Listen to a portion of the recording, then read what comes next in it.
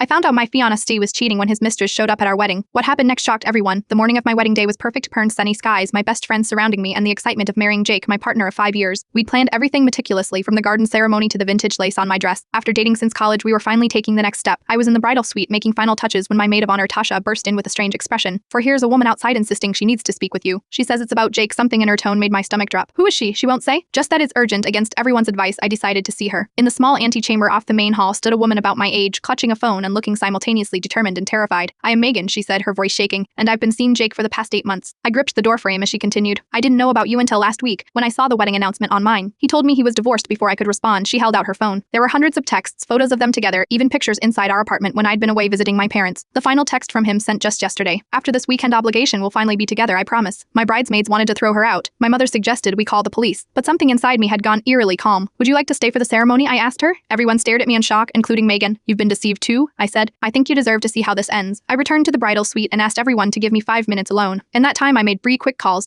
one to my best friend who was a lawyer, 1 to the photographer, and 1 to the DJ. When the wedding march began, I walked down the aisle as planned. Jake beamed at me, completely unaware of what was coming. 200 guests watched as I approached the altar, my face is serene behind my veil. The officiant began. Dearly beloved, I let him get through the opening remarks before I raised my hand. Before we continue, I'd like to say something. The crowd hushed as I turned to face them, removing my veil. I've always believed that marriage should be built on honesty and trust. Unfortunately, I recently discovered that Jake doesn't share those values. Jake's face drained of color as I gestured to the back row where Megan sat. Jake has been leading a double life with this woman for 8 months. She thought he was divorced. I thought he was faithful. We were both wrong, gasps rippled through the audience. Jake grabbed my arm, whispering frantically, "Baby, please, I can explain. Actually," I continued, my voice steady. "I've decided this gathering shouldn't go to waste. All our loved ones are here, the catering is paid for, and I've spent far too much on this dress to only wear it for an hour." I nodded to my lawyer friend who stood up. "With Jake's signature on some paperwork my attorney has prepared, this reception will become my freedom celebration instead, and Jake will be transferring the honeymoon tickets to Megan and me per a girl's trip. Seems appropriate, don't you think?" The look on Jake's face was priceless as security, hired with my last-minute call, escorted him to a side room where divorce papers awaited. His parents, mortified, followed. The reception became legendary Pearton. The DJ played I Will Atoriv as my first dance with my bridesmaids. The photographer captured it all, and Megan and I toasted to new beginnings. 2 days later, we were sipping margaritas in Bali, comparing notes and forming an unexpected friendship built on shared betrayal and resilience. Sometimes the happiest ending isn't the one you planned, parent, it's the one where you reclaim your dignity and find strength you never knew you had.